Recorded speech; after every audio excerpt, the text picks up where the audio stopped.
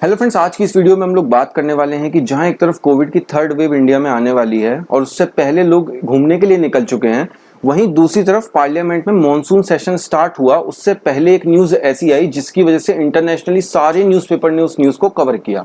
उसका नाम है पेगासस रिपोर्ट। तो लास्ट वीडियो में मैंने आप लोगों से एक क्वेश्चन पूछा था कि मतलब इंडिया की वो कौन सी रिवर है जो ट्रॉपिक ऑफ कैंसर को 2 बार कट करती है। तो उसका हमारा आंसर बनता है माही रिवर। माही रिवर विंध्या रेंज से निकलती है और मध्य प्रदेश से निकलने के बाद वो राजस्थान और गुजरात को पास होते हुए अरेबियन सी में जाके मिल जाती है। वहीं राजस्थान में एक जिला है जिसका नाम है डूंगरपुर, उसी के पास एक जगह है बानेश्वर धाम, जहां पर माही रिवर 2 बार ट्रॉपिक ऑफ कैंसर को कट करती है और वहां पर एक त्रिवेणी संगम बनाती है। तो अभी हाल ही में 19 जुलाई को इंडियन पार्लियामेंट का मॉनसून सेशन स्टार्ट होना था, क्योंकि इंडिया के अंदर 3 सेशन होते हैं, जिसमें कि पहला सेशन होता है बजट सेशन, दूसरा सेशन होता है मॉनसून सेशन और तीसरा सेशन होता है हमारा विंटर सेशन।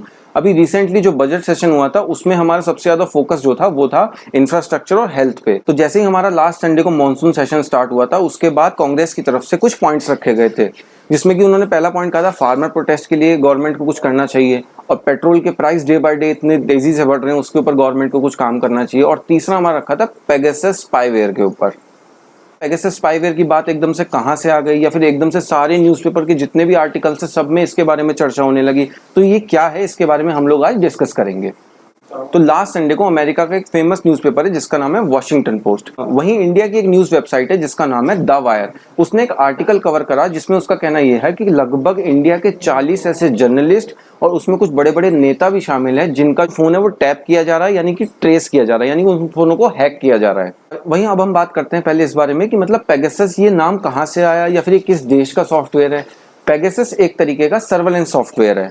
ये इजराइल की एक कंपनी जिसका नाम है एनएसओ उसने बनाया है। ये बेसिकली जिस चीज के लिए यूज होता है वो होता है स्पाइंग के लिए, यानी कि मतलब जासूसी के लिए ये यूज होता है, और ये मोस्टली जो यूज करती हैं वो करती हैं गवर्नमेंट ऑर्गेनाइजेशन।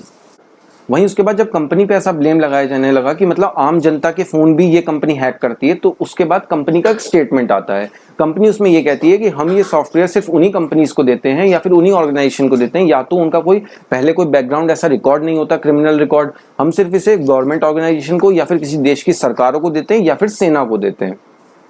वहीं उसके बाद कंपनी का एक डेटा निकल के आता है जिसमें वो ये कहती है कि लगभग 51% वो अपना जो डेटा है वो एक गवर्नमेंट ऑर्गेनाइजेशन को देती है। वहीं उसके बाद 38% कुछ ऐसी ऑर्गेनाइजेशन है जो कानून लागू कराने के लिए सॉफ्टवेयर को उन्होंने बेचा था। वहीं 11% वर्ल्ड वाइड ऐसी सेनाएं हैं जिनको ये सॉफ्टवेयर दिया गया है। लेकिन ये कंपनी एक तरीके से जासूसी कंपनी है, तो इसके बारे में ज्यादा डिटेल्स उस कंपनी ने भी नहीं बताई। तो इस कंपनी का सॉफ्टवेयर बेचने का जो रीजन है और जो बाकी दुनिया के बड़े बड़े देश हैं जो इनसे खरीदते हैं उसका रीजन बनता है कि जो टेररिज्म है उसको कम करने के लिए, यानी कि जितना भी अपराध होता है या फिर जितने भी प्री प्लान्ड अटैक्स होते हैं या फिर जितने भी रैकेट्स चलाए जाते हैं उसको कम करने के लिए, बेसिकली मतलब वायलेंस को कम करने के लिए ऐसा सॉफ्टवेयर इजराइल की एक कंपनी ने बनाया था। वहीं उसके बाद इजराइल की जो गवर्नमेंट है जिसके प्राइम मिनिस्टर है नफ्ताली बेनेट, उनका एक स्टेटमेंट आता है। उनका कहना यह है कि अगर एनएसओ ग्रुप ने ऐसा कुछ किया है कि मतलब वो आम जनता के भी फोन टैप कर रहा है या फिर ट्रेस कर रहा है तो उसके ऊपर हम कार्रवाई करेंगे। वहीं जहां मुद्दा अब तक वेस्टर्न कंट्रीज में था, उसके बाद एक न्यूज वेबसाइट है जिसका नाम है द वायर, उसने एक आर्टिकल पब्लिश किया जिसमें उसने कहा कि 40 जर्नलिस्ट और उसमें कुछ ऐसे बड़े बड़े नेता हैं जिनका फोन हैक किया जा रहा है। और जहां पहले न्यूज एजेंसीज इस बारे में बात कर रही थी, वहीं दूसरी तरफ कांग्रेस ने भी मॉनसून सेशन में इस मुद्दे को उठाया। उसमें उनका कहना यह था कि उनकी पार्टी के बड़े बड़े नेता जैसे कि राहुल गांधी और अधीर रंजन सिंह का जो फोन है वो हैक किया गया है। इसके बाद जो हमारे पहले इलेक्शन कमिश्नर हुआ करते थे जिनका नाम था अशोक लवासा, उनका भी फोन हैक किया गया था।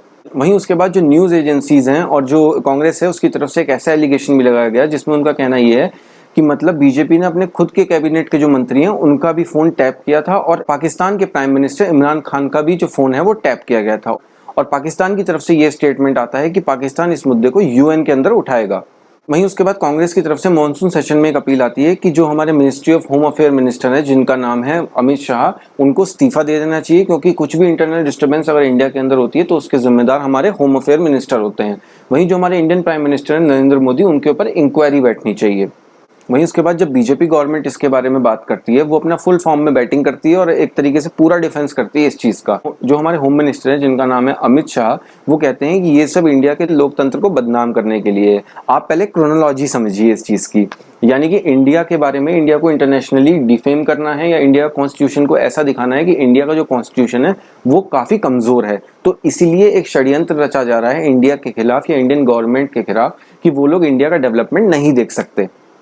वहीं उसके बाद एक मेंबर और आते हैं बीजेपी की तरफ से डिफेंस करने के लिए, जो पहले इंडिया के आईटी मिनिस्टर हुआ करते थे, जिनका नाम है रविशंकर प्रसाद। वो मोस्टली ट्विटर के साथ ही बिजी रहा करते थे, ट्विटर से फाइट में, कभी उनका अकाउंट ब्लॉक हो जाता है, कभी कुछ। तो वो ये कहते हैं कि इंडिया के डेवलपमेंट को ये लोग देख नहीं सकते, इसीलिए इन्होंने मॉनसून सेशन से पहले ही ऐसा कुछ किया, क्योंकि इंडिया की जो जीडीपी और इकोनॉमी तो बहुत तेजी से बढ़ रही है जैसे। और रविशंकर प्रसाद का इस पे ये भी कहना था कि मतलब इंडिया के लिए ये लोग सुपारी एजेंट रखते हैं, यानी कि मतलब एक एजेंट रखते हैं कि इंडिया में अब क्या नया माहौल लाया जाए, कि मतलब इंडिया में अब किसी और चीज की तरफ ध्यान दिया जाए, इसीलिए ये लोग इंडिया को भटकाना चाहते हैं। ये था आज की वीडियो का डिटेल एनालिसिस। और आज का हमारा क्वेश्चन बनता है कि इंडिया के हाल ही में नए आईटी मिनिस्टर किनको बनाया गया है। तो अभी तक के लिए वीडियो में इतना ही, मैं मिलता हूँ आपसे नेक्स्ट वीडियो में। अबे यार फिर चली गई लाइट, जो पावर कट ही बंद नहीं होते यहाँ। अगली वीडियो पावर कट पे ही बनाऊंगा।